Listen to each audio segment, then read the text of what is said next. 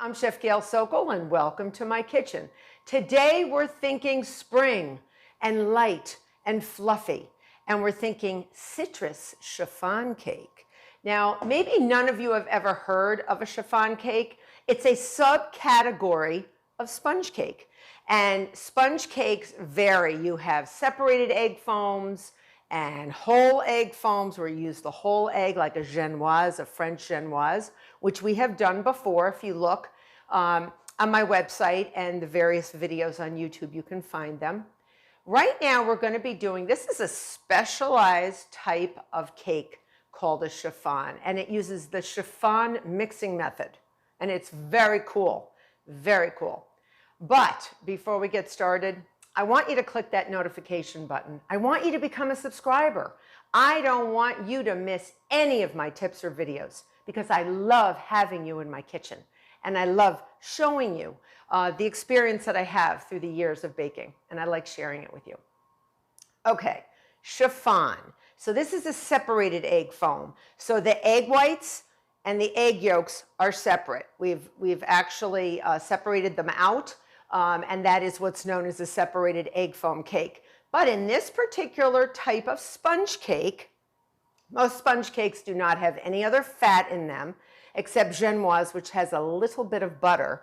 But this actually has oil in it. This actually has vegetable oil.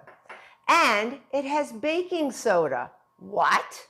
If most of you are familiar with sponge cakes, most sponge cakes don't have any type of baking powder at all. So baking powder is a chemical leavener, and they're not usually in a sponge cake of any type. So here in this chiffon, we add we add the baking powder to help the eggs leaven because eggs hold air, and we're going to build a meringue with the egg whites. All right, so let's get started. First, we're going to make a heavier batter. And we're going to do that in this mixing bowl. So in here, I have 2 1/4 cups of cake flour. It's a little bit less protein, will create a little bit less gluten. And then I'm going to put in 1 1/4 cups of granulated sugar. I'm going to put in 1 tablespoon of baking powder. I told you that there's chemical leaveners in this type of sponge cake. And we're going to put in 1/2 teaspoon of salt. So I'm going to put that in there, and we're going to whisk it up. These are our dry ingredients. And yes, I could put them on the electric mixer motor and move them around with my paddle, but I really want them homogeneously blended. So I'm doing it with a whisk. And when they are relatively mixed well, I'm going to put this on here on my motor, and then we're going to have our liquid ingredients. So the liquid ingredients first go with 5 egg yolks, which I'm going to put right in here. All right. So we don't want when you separate these, we don't want to get any yolk in your white. So you make sure that they're nice and clean, as we say in the baking world. And then we're going to add 2 tablespoons of freshly squeezed 2 tablespoons of lemon juice, 2 tablespoons of lime juice, and 1/2 cup of orange juice. So we're going to put that right in there. And then I'm going to add 1/2 cup of vegetable oil. All right, this is very unusual. This is not a typical sponge cake. This will create lightness and airiness and a beautiful texture. A teaspoon of lemon extract, give it a little extra zip.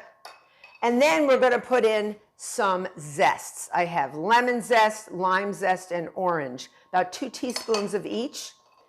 And sometimes if you put them in with the dry ingredients, they don't mix well, so I like to put them in with the liquid ingredients. Okay, I'm just going to mix that up.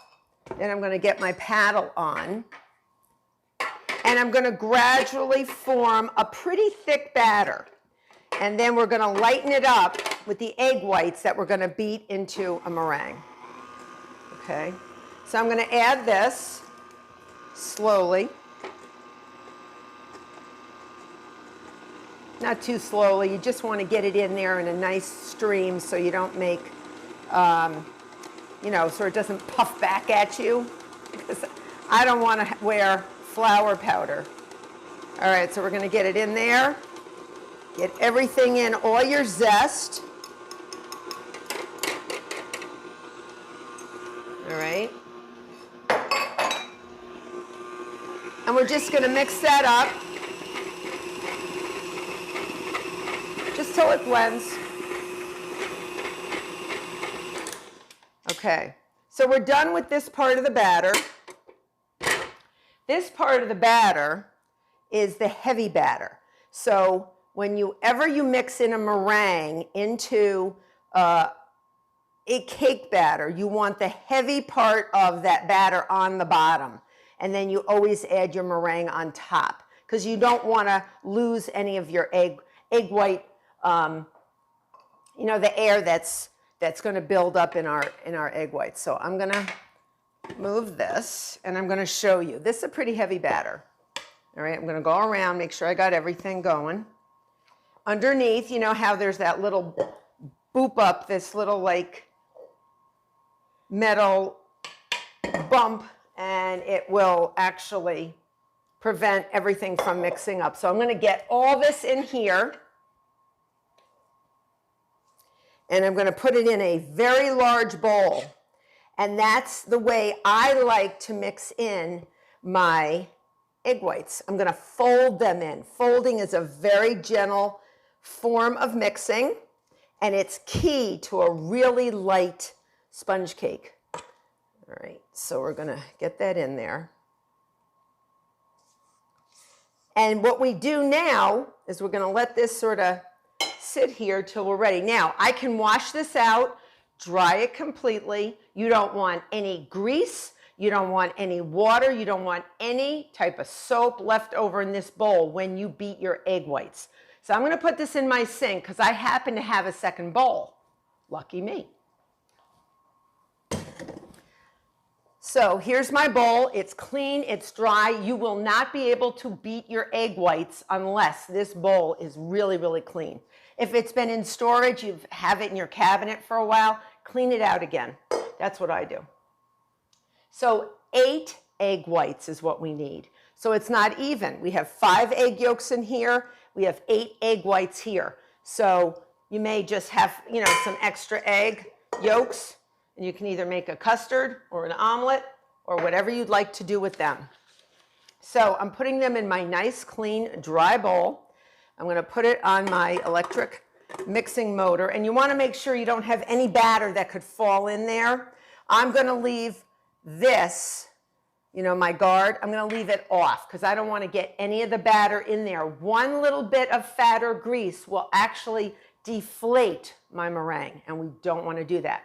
Now, before I add a little bit of sugar and some cream of tartar using my whip attachment, okay, I want to show you the type of pan we're going to be baking this in. This is a 10-inch false bottom, okay, tube pan. And that's what you want. If you don't have a false bottom, don't worry about it, but you don't grease it. Do not put any nonstick cooking spray, oil, butter, nothing. We want it clean and dry. And then afterwards, we are actually going to let it cool. When it comes out of the oven, we're going to let it cool upside down like a bat. Okay? And that's a typical thing for sponge cakes. So if you're making them not in a layer cake, you want them to hang upside down to cool, because that allows gravity to keep the height of the cake as high as possible. But remember, it's leavened with egg whites and eggs hold air. But we have a little secret because we have some baking powder in ours because we're doing the chiffon cake method, the chiffon mixing method. All right, so I'm taking my whip attachment. All right, I'm going to put that on. And my eggs are at room temperature. Room temperature eggs have very little surface tension. They beat up the best, the highest. So I'm going to put this on medium-high. When it gets nice and foamy, we're going to add some cream of tartar. So we're going to add about a half a teaspoon of cream of tartar. And then here I have about a quarter of a cup of granulated sugar. Because when you add, it's all foamy, I'm going to add my cream of tartar and bring that to a soft peak phase, and I'll show you what that looks like. Once you, if you beat up egg whites by themselves, it's going to look like soap suds. Very dry, very hard to mix in to our egg yolk batter, our heavier batter. So what we do here is we mix some sugar in very slowly, about a tablespoon at a time, and that sugar actually goes in between the egg white molecules and actually the strands of the protein in the egg whites, and actually helps it stay apart and hold more air and create a nice lightness. All right, so let me show you what we got now. So now we have like soft peaks, sort of foamy, but it's still sort of liquidy as well. So this is the stage where you really want to get it maybe on high speed, get your sugar ready, and when it's a little bit stiffer, not stiff, let me show you now, it goes very quickly from one stage to another, so you really want these, you see how they're holding on to the beater? That's what you want. That's stiff peaks. Now we're going to add our sugar, all right? So I'm going to add 1/4 cup of granulated sugar, about a tablespoon at a time, and then we're going to beat it on warp speed, and we're going to keep on adding that sugar until we get stiff peaks, mountain peaks. I'm going to show you. Our beater is going to hold that meringue straight up, and that means you have enough air beaten into those egg whites that it's actually going to survive being folded in with that heavier batter, and I'll show you. I hope we have some Star Trek fans. I'm going to make a reference to Mr. Spock, my favorite. All right, I'm putting in the rest of my sugar, and you should see how much this has grown.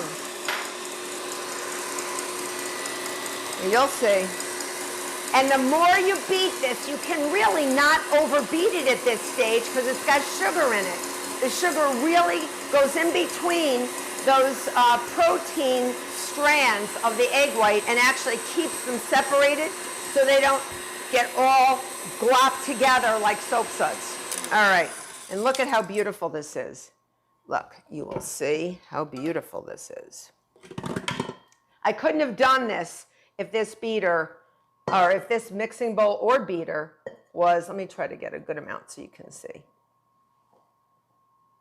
Okay, see how stiff, okay? It's not going anywhere. It's like Mount Everest. That's what you want. All right, that's a stiff peak. So you can see how beautiful these egg whites look. Now I'm going to do the Mr. Spock method, which is my method that I sort of quote Mr. Spock. I'm going to take about 1/4 of these glorious egg whites, and I'm going to put them right on top of my heavier batter. All right, just about 1/4. And I am not going to fold them in. I'm going to whisk them in.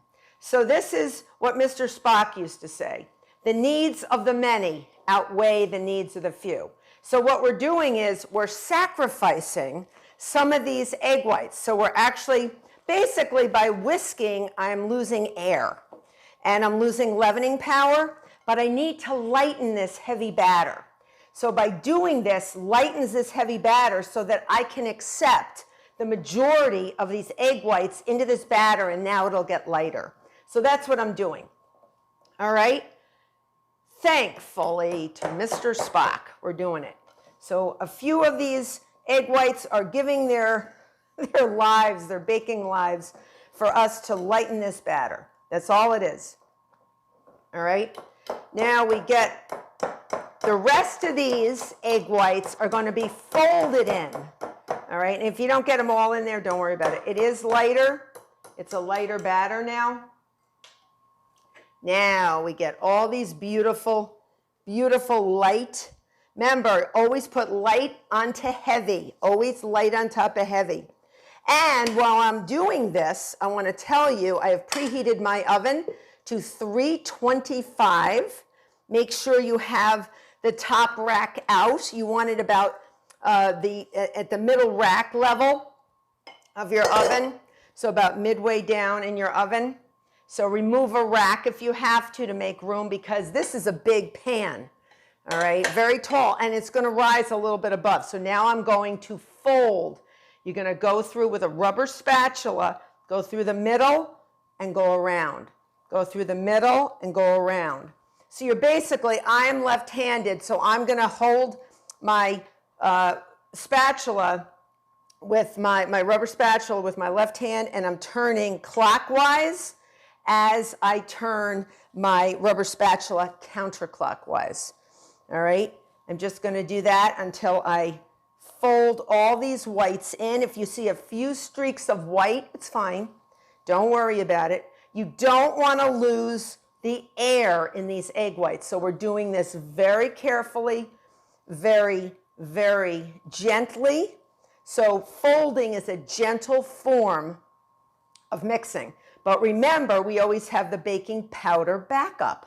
That is what's so special about this chiffon. Not only that, the oil, that vegetable oil that we used, actually will be a beautiful moistener for our cake as well. Because most sponge cakes I hate because they're dry and they actually don't have any moisture at all because they don't have any fat. All right, so I do see a few streaks. I'm just going to go around a few more times and then we're ready to load our pan with them. Sometimes I go across the top and just get through the streaks of that meringue. Bring your pan over and be very careful. I'm going to lift up my pan, my bowl, I mean, and I'm going to go very carefully. You do not want to get any in the middle or near the tube. All right, so I'm going to rotate my pan. Be real careful. You may build some muscle too, so why not? Why not? And this is a beautiful cake that you can actually just dust with some powdered sugar, serve with some whipped cream and some fruit, or a fruit compote or fruit sauce. It's fabulous for a nice summer, spring dessert anytime. And it's got that citrus in it. It has that little, you know, sort of acidicness to it, which is really nice. I'm going to put a little icing on it. I'm just going to make like a simple icing, a simple lemon icing to make it look real pretty, but you don't have to do that. Just a little dusting with powdered sugar and you're in business. All right, so I'm going to try to get the rest of this in. And then with an offset, or even with the rubber spatula, you want to get all the batter in. I'm going to bake it for between 50 to 60 minutes or until a knife inserted into the center comes out clean. All right, so I'm just going to go around. You don't have to bang. You don't have to do anything weird with it. Okay, so I'm going to put this in the oven just like this, 50 to 60 minutes, and it's going up about, I'd say 3/4 of the pan height, and it will go up all the way if you have whipped your egg whites properly and folded them into your batter. All right, I'll see you back when it's done. My beautiful citrus chiffon cake took about 60 minutes, 50 first. I saw it was a little wet, put it in for another 10. It got nice and beautiful and high.